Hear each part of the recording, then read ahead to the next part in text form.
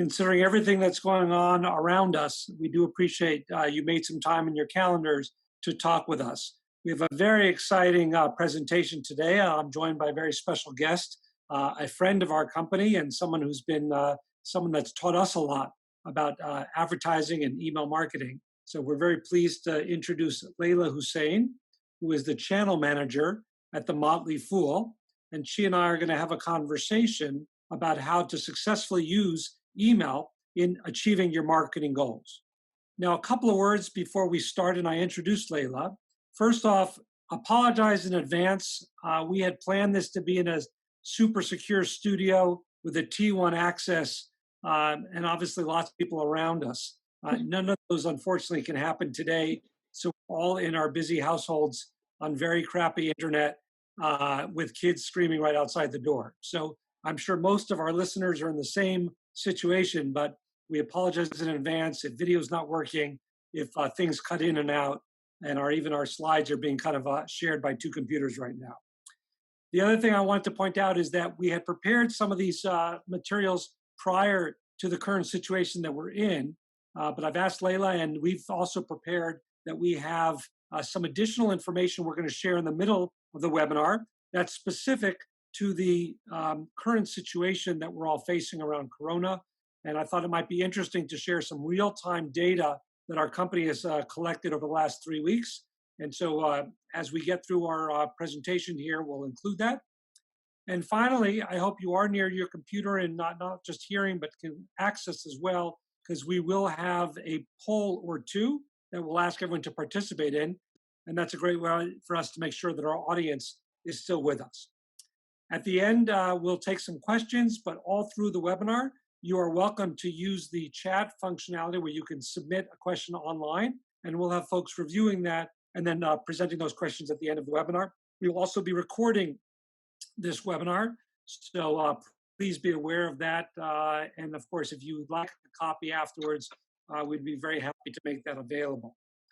Okay, without further ado, I'd like to introduce Layla, and the best way to do that is Layla, why don't you introduce yourself, tell us a little bit about your background and the company that you work for. Absolutely. Thank you so much, Jeff. So as Jeff mentioned, my name is Layla Hussein. I am a channel manager here at the Motley Fool. I specialize in native channels, and I also run a lot of different new partner tests on the front end acquisition side. We work in new member acquisition for the Motley Fool. And I'm just really excited to be here to talk about my experience with Power Inbox today. I've worked with Power Inbox for a little over a year now, and it's just been such a wonderful opportunity, and I'm excited to share about that with all of you today. Well, thanks so much for joining me today. I really appreciate it. Let's start with the next slide, and we'll just do a quick introduction for each of the companies. I guess Power Inbox will be first here. So for those who may not be familiar with our business, we're a startup that's already celebrated almost 10 years. We've been involved in the email space, though, for our entire existence, although we've had several different product lines and kind of business models. The business that you know of us today primarily monetizes emails on behalf of publishers, but we do work with multiple channels that we'll talk about. The company is blessed to have about 55 employees, and thankfully everyone is today safe and working remotely. So we've been, I think, fortunate among others in terms of how we're responding to the current situation. Let me let Layla now introduce her company. Absolutely. So the Motley Fool was founded in 1993 by brothers and investors Tom and David Gardner. Our purpose at the Fool is to make the world smarter, happier, and richer. We help millions of people attain financial freedom through a variety of media, and notably our premium investing services and our two front-end products, Stock Advisor and Rule Breakers. And to tie that into what I do, we market, and my team markets these front-end products through a multifaceted strategy on search, social, display, and native. To speak to the current environment, I'm very fortunate and grateful for leadership. We have all been working remote since the first week of March, and we are prepared to weather the storm from all of our own homes and unique situations, as Jeff touched upon earlier. Great. So now that we both introduced ourselves, let's get a chance to hear from our audience. I think we have our first poll, and that's really just to get a sense of how many folks in the audience have actually ever done what we're going to talk about today and that is, have you ever placed advertising in other companies' emails? Meaning, have you acquired customers or used basically email as a demand source for your own marketing efforts? So if people can now please just put in their answers, either yes, you have done that before, never, or it's not applicable, you might be a consultant or somebody that's not involved in customer acquisition. So we'll give it a couple of seconds here so people can kind of answer the question.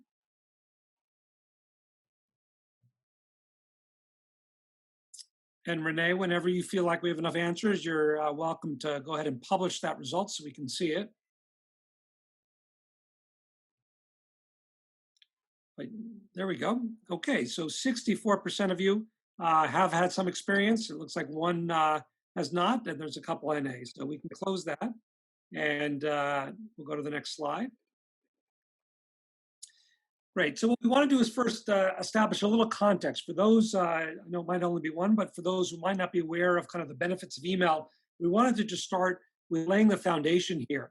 And again, this will become pretty interesting when we talk about email as compared to other channels.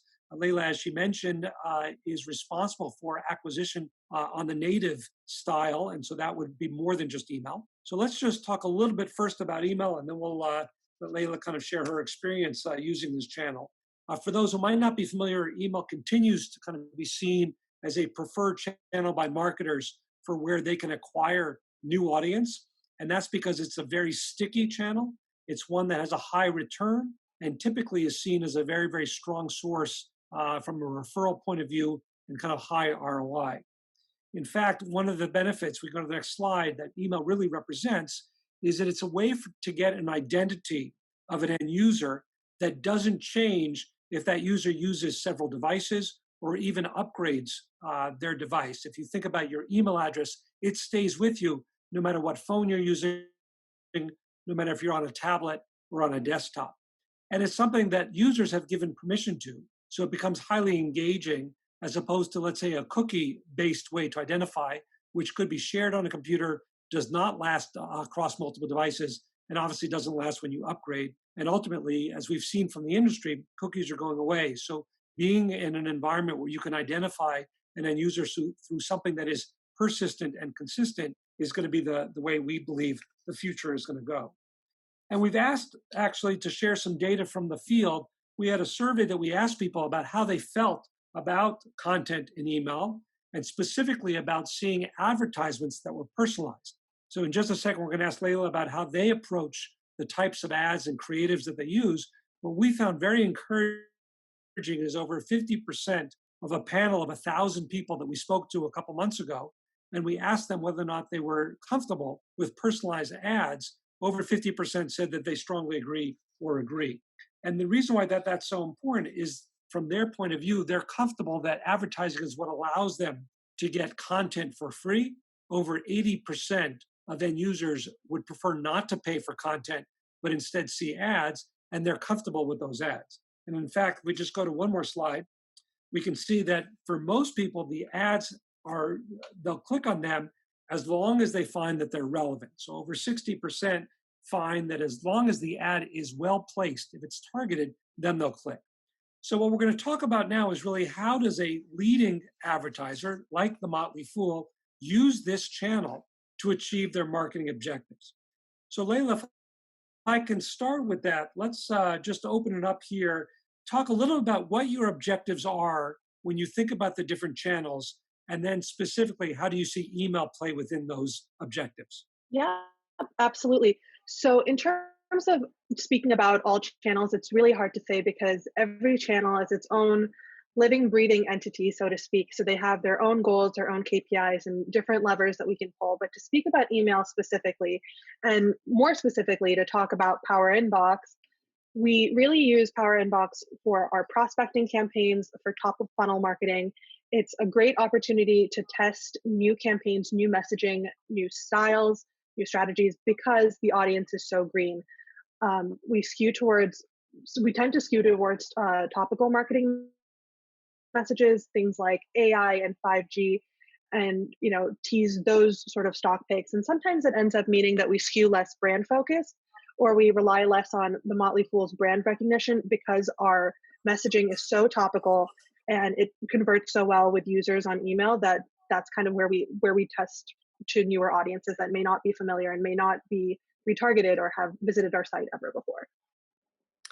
So it sounds like you've got two kind of objectives. You're trying to pick an audience and then try and find the content that's relevant to that audience. Yeah. Where would you have found that audience prior to kind of working with Power Inbox on email? Absolutely. So, to kind of compare apples to apples as close as you can get, I would immediately look to other native platforms with traditional web ads where we work with a variety of different native partners, and so you know set up a standard prospecting campaign, perhaps layer in some interest targeting, add some whitelists, look at some premium filters for audiences, and really then take that large broad pool and narrow it down to get using specific publisher optimizations wherever relevant to get to kind of the core audience that does meet who we are targeting, who our target audience is. Whereas in email, you already are dealing with people who have subscribed to a specific newsletter, so it's easier to hone down since people are opting into receiving those emails. And does the fact that the user opted in, meaning they've given permission, make them maybe more amenable to your kind of pitch? Absolutely. I think really the benefit of email there is that you're interacting with an audience. The prospects in front of you are people that are engaged, they're interested in what they have subscribed to. So really it falls upon the advertiser to then make sure that the publishers that your ads are being served on are relevant to what your company does, what your brand is, because you already have a really qualifying bunch of people that are really interested in what they are reading, what they've subscribed to and consented to receiving in their inbox. So it really just becomes a matter of making sure that the publishers match up with the advertisers at that point. Got it. And one of the things that you mentioned in that you have a broad range of potential subjects, given that you guys are primarily selling investment advice, and the investment world obviously has many different topics. How do you find the content that's most relevant to this audience? I think it is really a matter of trial and error. We test everything and we learn from what we test. I think that the burden really then relies upon our premium services and just kind of what our investing teams are putting out there, and how those topics come up. And so when it reaches marketing, we really have messages that maybe skew, like I mentioned, to artificial intelligence or 5G, or maybe they pertain to cannabis investing. And those are really great bundles to test with then, outside of just in general on native channels, maybe with interest targeting layered in to kind of get to those people. And once we test, we look at results and we see whether or not we want to expand or maybe go in a different direction, and just like we would anywhere else. Got it. Now, one thing when I got to know a little bit of your background, I think this is the first email platform that you've bought traffic on in the sense of your background. Maybe you can talk a little bit about how you came to that, because primarily you were buying on native before on web and other platforms. So how did email kind of come into the mix from you personally? Absolutely. So to speak broadly first about email, email is not a foreign space to us at all at the Fool. In fact, email is very familiar to us. The Motley Fool started as a newsletter subscription business via email. So on front end acquisition, we believe it's really important to find our target audience where they are. And having worked on standard native placements on web through our other native partners, I was just really curious to see how native performs in email versus on web, and especially with similar looking advertising assets, right? So as you mentioned, some of our most loyal audiences are in email, and I think that that's really important to see, does that then mean more conversions? Does that mean more qualifying leads? And what does that really look into? So I was really curious to see if we could compare native on web to native on email, and that's what really sparked my interest in starting to work with Power Inbox. Great. Well, as I mentioned at the top of the discussion, I know on everybody's mind right now is, yeah, email might be good, but I'm very concerned about what's happening around us with the corona and our need to stay kind of inside and kind of away from others. How is that potentially impacting us? So what I thought, maybe let's go to the audience first, see if we can do another poll and ask people whether or not they're seeing in their own email programs kind of more or less or the same in terms of volume of email since, let's say, mid-March, when the World Health Organization has determined that this is a pandemic. So if you guys can participate again in this poll question, think of your own company. Are you sending more or less since mid-March? And we'll put the poll up in a second here so that you can answer that.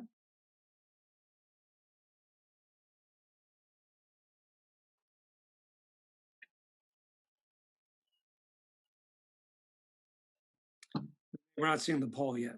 Oh, there we go. All right, so if you guys can participate in that.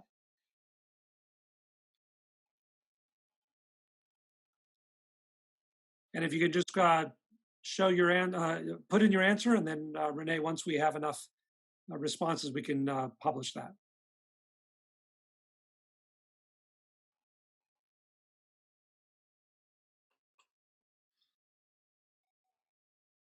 Okay, so let's see what those results are. Wow, so 57% are seeing more, and 14% are seeing less. Now, we've actually done a similar analysis. Thanks, we can close that. And we've had the opportunity of seeing about 5 billion emails over the last 30 days. So we've had an opportunity to at least study that metric. And I thought the data would be really interesting just to kind of share that with everybody. So this is again on the supply side. This is kind of what we're seeing in terms of the measurements of what we're seeing across probably about 700 different publishers. Those publishers, some are in the news category, which would be obvious why they're seeing more, but some are in hobbies, crafts, entertainment, sports, religion. And so we'll show you some industries here as well. So first off, one thing that really jumped out at us, our publishers are seeing at least 20% increase in volume, and that's specifically tied to opens. We're then seeing even more engagement. So the fact that I think people are sitting at home and they have more time, they're not just opening the email now more, but they're actually spending more time in that email. And we're seeing that by a higher click-through rate than normal. And this is pretty significant, 22% in the period since 3/11 from prior to that. And then ultimately for our supply side, it obviously generates revenue for them, whether that's in email as we measure, or it could be on site as well. Well, what are we seeing, let's say, across categories? Is this consistent or not? And here also, I think we had some pretty interesting data. So as you would imagine, the local news dominates the growth here. And a lot of that, as you might be familiar with companies like Nextdoor or others, they are sending an email almost every time that there is an announcement about a update to Corona in their area. And I think everybody's very focused on the situation in their local communities. So local is seeing an enormous increase. But interestingly enough, faith and humor were about the same. I don't know what that tells us about how we respond to anxiety, but we do have a fairly large number of faith-based clients. Think of Salem Media, if you're familiar with them. And humor would be, folks that are sending out obviously jokes and other things that I think help people get through the situation. The only category that we saw really a negative trend was in hobbies and leisure. And as you can imagine, if that includes sports and others, unfortunately, there's been a huge drop off in interest as there are no live sports right now. What about, though, the last thing that we can kind of share here is what about on the engagement metrics? How did that vary by category? And it turns out here, every one of our categories is showing at least a 10%, if not higher. Again, interesting enough to compare. I think people that are turning towards their faith-based newsletters are highly engaged right now. That probably goes without saying that there are no atheists in a foxhole. But even other categories like local and hobbies and politics, they're all seeing increases in CTR. And the reason why we share this is that while we definitely understand that many folks are having tremendous difficulties in their business, email, which has been a pretty resilient channel for over 20 years for many folks to acquire traffic, is actually seeing right now a little bit of an increase on the supply side because of the situation. And if I can, I'll ask Layla now maybe to share a little bit about how has the situation impacted their business, whether or not they're remote, and how just generally they've been responding to the current situation. Absolutely. So to kind of touch on what I might have mentioned earlier, we have been remote, thankfully, since early March before things got really bad. I do appreciate that foresight on leadership's part, and we are remote for the foreseeable future.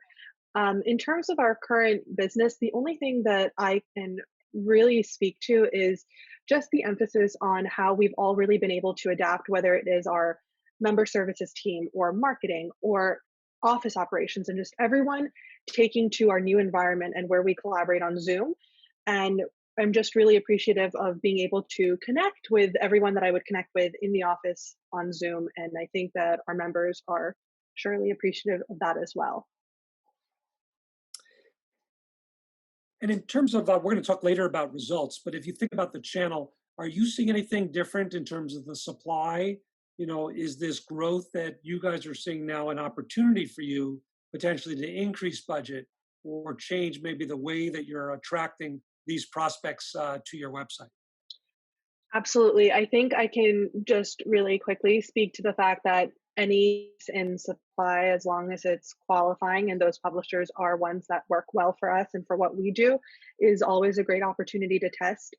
And results have been pretty consistent, I would say, throughout the month of March. And we are just, keeping an eye on things as they go along, but things are good. And any room for more inventory is always an opportunity to at least test something new Well, great. or So test more.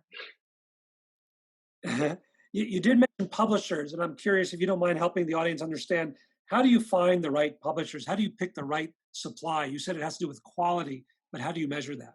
Absolutely. So, trust in publishers for us is obviously very important in general, regardless of what channel we're working on. But to specifically speak about our ads on Power Inbox, we use UTM parameters to track publisher ID in Google Analytics. So we do that in order to filter out publishers that may not convert well for us. We are able to see how they're performing on the sale and lead conversion side in session. And while we don't have insights into who each publisher is, Power Inbox does use scrambled publisher IDs, I believe, for the anonymity of publishers. We can see trends where a certain publisher or group of publishers just really have strong in-session lead and conversion rates across message types, and we can see sometimes that other publishers consistently have lower to no in-session conversions or lower in-session CDRs. And so as a result, we can kind of say, if we can rely on historical performance as a North Star to see how a campaign is performing. We can say if this new message that's maybe something completely different from what we've ever tested before is doing really well with publisher XYZ and conversion rates are on par with what they've been for that publisher for every other campaign, we have a good sense that that campaign is probably performing really well. If a campaign is maybe performing with publishers that, to flip that around, aren't ones that do really well for us, we might look into it and see, has something about this publisher changed with other messages? Or is this maybe just not converting on the ROI side for us? And should we maybe think about pausing this and putting our efforts and marketing spend behind a message that's working really well on publishers that we know are working really well? But pubs are definitely dynamic. They change all the time. And so it is important to rely on historical data, but always be aware that it's good to go and make sure that things look exactly how we think they do and adapt when they don't. And it sounds like, though, you put in a lot of effort to obviously study the results. Is this a daily kind of task where you have to review every publisher, or is this more kind of a point in time that you do that? I think there are a couple benchmarks in which I really look at publisher data, quite intensely. And one is very early on in the campaign. It's always great to cut pubs as early as you can when you can kind of sense that they're not working, so that while a campaign is learning and working with the algorithm, it's really prioritizing publishers that are going to work best for the message. Another time is when things start to scale, just make sure that everything looks good.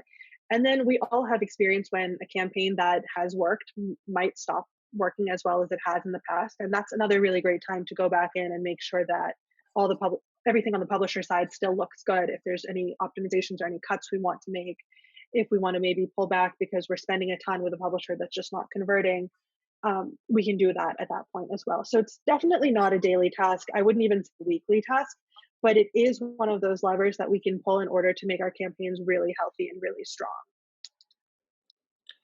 Great. And obviously, when we talk about publishers, I think one benefit of having an aggregated supply of over 700 is it obviously makes it a lot more efficient to get the traffic that you're looking for. to kind of expose your offers to them. Yeah.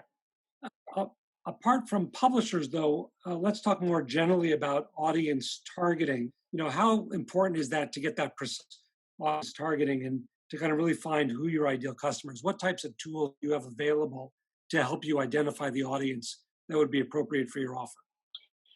So first and foremost, we suppress our buyer file. So Power Inbox allows us to do that. We have an account level suppression file. So we first and foremost ensure that impressions are not being wasted on people that are already premium subscribers of the Motley Fool. And then kind of from there, again, looking through the glass, it's really interesting because we don't have insights into we're spending X amount with this specific publisher by name, but we know them by IDs and we kind of refer to them colloquially as such and can make up whatever we want for who they are on the back end to make it easier in our minds.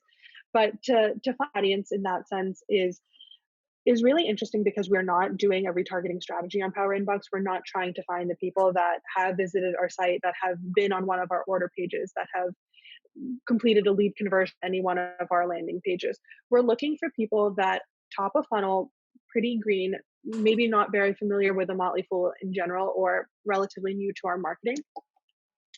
And I guess that kind of takes a little bit of the guesswork out of it when you're working with email, because as we've really touched upon a couple of times, is that you're dealing with or you're interacting with an audience that is already engaged with what they're subscribed to. So I can't emphasize enough, it makes it so much more simple and easy to just know that, okay, this is just a publisher thing. These are engaged users out there engaged with something, and making sure that we can find alignment to where they engage with what we do and how that overlaps with what they are looking into and what they're reading and what they're subscribed to. Well, that's great. I think we have some more data that I want to share that I think builds on the point you're talking about. I think what makes email unique for advertisers is the fact that there's a concept of conveyed trust. And again, we'll return to the research that we've done to share some more with our audience here. We can go to the next slide. We had asked folks about why would they click on an ad in an email. And it turns out over 60% of them is because they trust the sender. So once they're already in that mindset of, I've raised my hand to receive this newsletter, with the content that I've asked for, they can basically extend that comfort, that trust into the advertisements as well. So they might be the same user on another website seeing the ad, but it's when they see it in email that it kind of boosts, if you will, the quality of that. Now, do you see that same thing where maybe email gives it a bit of a boost versus other places where you advertise because of this notion of conveyed trust? Yes, absolutely. I think that the trust is definitely on the prospect side. It's on our side as well. We see that we find that we're getting qualified leads from email. There are people that are more likely to convert and end up valuing out for us very well, and results do look good. And I do believe that has a lot to do with trust. We put trust in publishers. It's very important to us, and our prospects seem to trust us. They seem to be converting, and everything looks really good on the result side. And I do believe that has a large part to do with trust. And as we studied the market, a lot of people say, well, maybe email's dead or maybe the model's not going to work. But if we go to the next slide, this is something we feel extremely strongly about. Having an independent news and an independent email for publishers is essential to keep them financially solvent.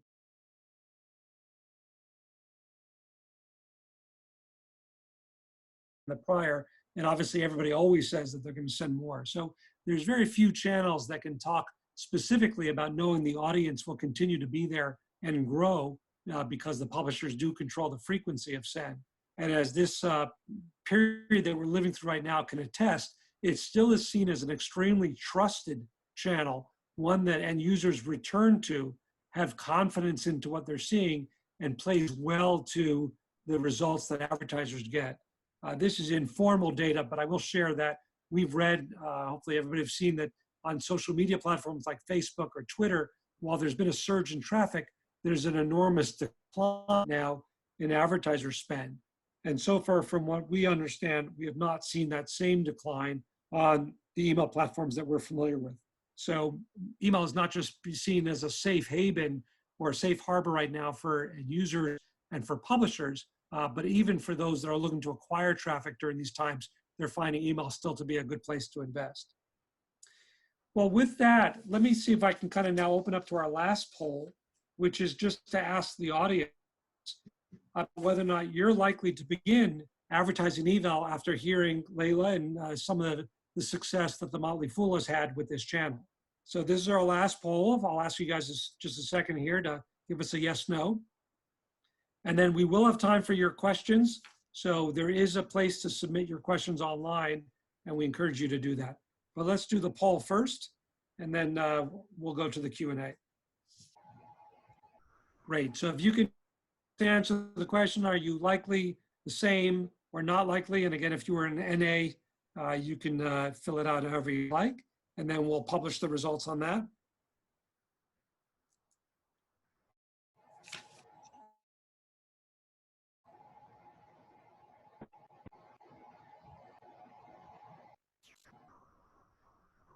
Okay, let's show the results. Sorry, they're not showing, but I'll tell you real quickly that 55% very likely and 45% said this now. Okay. And nobody said not likely. I'm sorry, so 55% said very likely and 45% not likely? 45 said the same as now. Yeah, okay, great. Well, thanks. Let's go to the next slide. And really, this is going to be our summary before Q&A. So it looks like at least we've been able to sway half of you that this is something that you want to do, which is great. And we are going to open it up now to Q&A. Before we do that, Layla, do you want to add any just closing comments about things that we didn't get to cover in our conversation so far? Yeah, I could just talk quickly about, how our strategy on email plays into our strategy on other channels. So Great. Really, every channel we work with has its own unique strategy laid out. We have base audiences, we have certain KPIs, and we have goals to meet every month. I've already mentioned that we have a multifaceted approach to our front-end marketing on search, social, display, and native. So really, Power Inbox and email in general is just as important as any one of those other channels. It does fit into the native sort of overarching look of things. We do top of funnel prospecting, and those goals change and become more competitive month over month as the channel shows success. And really what I love about that is we have the opportunity then to test on Power Inbox because it is top of funnel and maybe replicate top performing ad units across other native platforms. And if they perform well there, then replicate across all our other channels. So it's a really interesting opportunity to be able to test in email where our prospects are super qualified, and where we can test new messaging and potentially implement across other places where we're not doing as much top of funnel, where we're doing a lot of retargeting, where we're targeting specific lists only. So it's a really wonderful opportunity. And I think that it's really important to mention that email doesn't necessarily supplement in any way. It really is so important that it's standalone. And I think, Layla, while you're on, we got one question that I just want to see if you don't mind addressing. There was a question from the audience on what you're seeing in terms of average CPCs on either Hard Network, or maybe compare that to other places that you're buying traffic. Yeah, so I can actually speak probably to desktop and mobile CPCs. I'm seeing a blended, it can really vary anywhere from looking at, I don't know, 88 cents to $1, but you can go lower, and you can certainly go, that some publishers value out so well that even when we lower bids, we're still getting high conversions.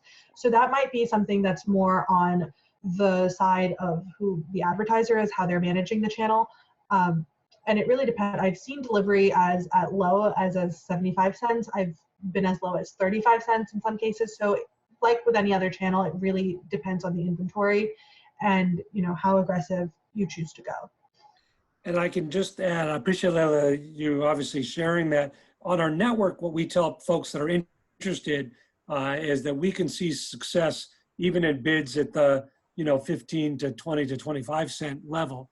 The real key here is how engaging your content is. Our system will optimize the product of your CPC times your CTR. So if it turns out that you are more of a lower bidder, but you have extremely engaging, creative, you have good calls to action, you will get traffic based on how well people engage. And those that, if it's not as compelling, you will need to use more of that CPC lever, in which case, obviously, your rates could look higher. And of course, like ours, you can separate that rate based on device type, based on platform, based on geography as well. We're going to open up to other questions in just a second here. Let me just also summarize, though, what hopefully some of the messages you got from what we talked about so far, right? First off, that email is really where your audience already is, but it's growing. And it's really important to kind of emphasize this, especially during now the situation we're in. We are seeing email with double-digit growth, and it's not just in volume, but also in engagement.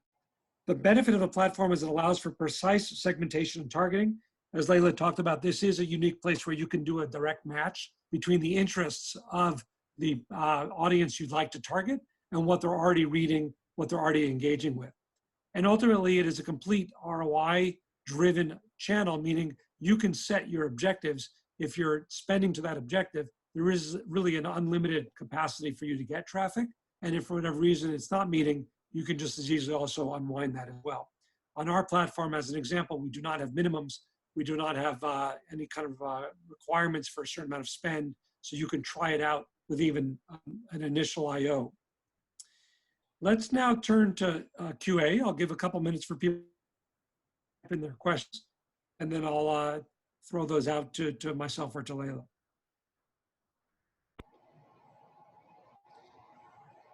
Layla, I have a question on our end here, which is just how much work is it involved in kind of running these campaigns? You talked earlier about whether or not you do it daily, but just to set up creatives, to come up with taglines, how much actual work is it to run your email marketing program? Absolutely. So I, as a channel manager, do not necessarily write our copy. We have legal approved copy kind of in our toolbox. So that makes it easy on the Motley Fool production side, and that's the same across channels. But I will say I am so appreciative of the partnership that we have with Power Inbox, because it is a hybrid between an entirely self-service platform and a fully managed by reps on the back end channel. Jeff, to be honest, I was really curious to work with a platform that didn't have ad upload capabilities in UI, but truly the ad ops team could not be more fantastic at just being responsive and being there. And as a result, it's not a lot of work launching campaigns. I really just email over the assets and make sure that my landing page URLs look good, and they take it from there. Our reps could not be more communicative. We collaborate via Slack, and it almost seems like all of the reports are available at our team's fingertips. I have requests for publisher spend reports or ad creative reports, and I can get those in a matter of minutes from our reps, which makes it really convenient to do work quickly when you want to just take a quick deep dive without kind of planning too much in advance to do something like that. It's almost as if I had, the tool myself to just go in and find the report. But to that point, in having so much of the production time taken away from launching these campaigns, it really allows us to be very strategic with our marketing and make strategic decisions on ad creative and on publishers. So it allows us to get closest to the data, which we might not necessarily be able to do on channels where we're spending a lot of time, actually setting up campaigns, putting them live manually, uploading the ads ourselves. And that allows us to really, it's not only a win for Power Inbox as a channel, but it's a win for our team as a whole, because we have quicker insights into what creative is performing really well so we can replicate across channels. We're really quick to be able to say, this publisher is not working, let's turn it off. We're really quick to say, hey, we're beating goals, we're beating budget on this. Let's up our daily caps, let's up our CPCs, everything looks good, because we're not spending those hours of the day just managing the actual admin work of setting up the campaign, which allows us to be really strict and really get close to the data. Great. We are getting a couple more questions. I know we're going to be running out of time, so if we don't get to all of them, folks, we'll definitely get back to you. One that came in is a question about when you hit your CPA target, how do you then scale on this kind of a medium? If you can talk to that. Yeah, absolutely. So we, once we hit our CPA goals, we do have internal reporting that we use as sort of our North Star and our source of truth. And so when we're hitting goals on that, first thing that we can definitely do is, can we get more competitive? Can we lower our bids and still see this level of scale and delivery? So lowering bids, upping budgets. If we're hitting goals, but we're maybe not reaching our daily spend threshold, do we need to up our budgets here and maybe keep the daily cap the same and make sure that, you know, our bids are enough to meet our daily caps? And so there's one way or another there in terms of scaling. Definitely uploading more ads. We look at what's working, and if a certain headline and image combination is working really well, let's break those out. Let's test that headline with every image asset we have.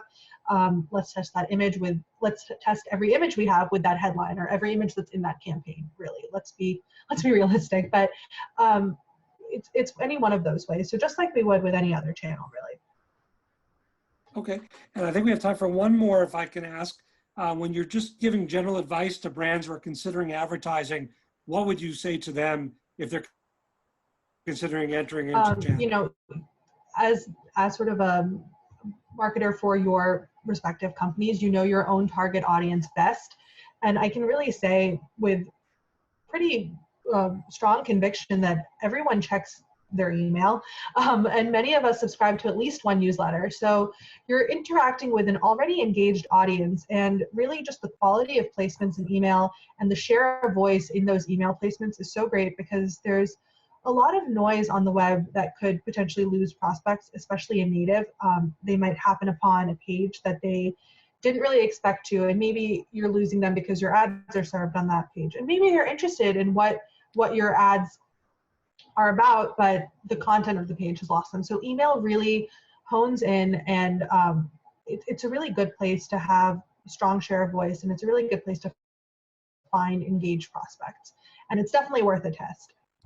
Well, fantastic. We are running out of time here, so I do appreciate everybody that has submitted questions and shown the interest here. Let's just go to our last slide and we'll sum up here. So we've taken everybody through, I hope, an interesting case study with our friends from the Motley Fool that talked about kind of their experience of using our channel. Of course, if anybody is interested in speaking with the Motley Fool, Layla has been very kind to offer her contact information here on the slide. And if you're interested in talking to Power Inbox, I'd be very happy to talk with you, and you can reach out to say hello, or Jeff at Power Inbox as well. And a quick shout out to our team that supports Layla on a day-by-day basis, Dan Lieberman and Phil, and their respective teams. This is a team effort that we work on with the Motley Fool, so we do appreciate their trust in us as a platform and their ability to kind of work with us. Layla, if you want to say a couple other final words, and then we'll close the webinar. Yeah, absolutely. And, you know, first of all, Jeff, thank you so much for the opportunity. This was really wonderful. And then, of course, thank you so much, Dan and Phil, and the ad ops team for everything that you do to really support our campaigns and make sure that we're set up for success. To learn more about what the Motley Fool does, you can find us online at fool.com. And if you're interested in what I do, our team is actually hiring even in this uncertain time. So you can learn more about that at careers.fool.com. And as always, you know, please feel free to reach out to me via email. I'd be happy to answer any questions. Well, great. Well, that is our time here. So I want to thank everybody for joining. Interested in any of the content that we showed, please just send us a note to either Jeff at powerinbox.com or say hello at powerinbox. We'd be happy to share the slides with you. If any would like to participate in a future webinar, please let us know as well, and we'd be happy to kind of set something up. Please, everybody, stay safe, stay inside, and we look forward to seeing you in hopefully an in-person gathering when that becomes appropriate. Thank you all. We'll close it now.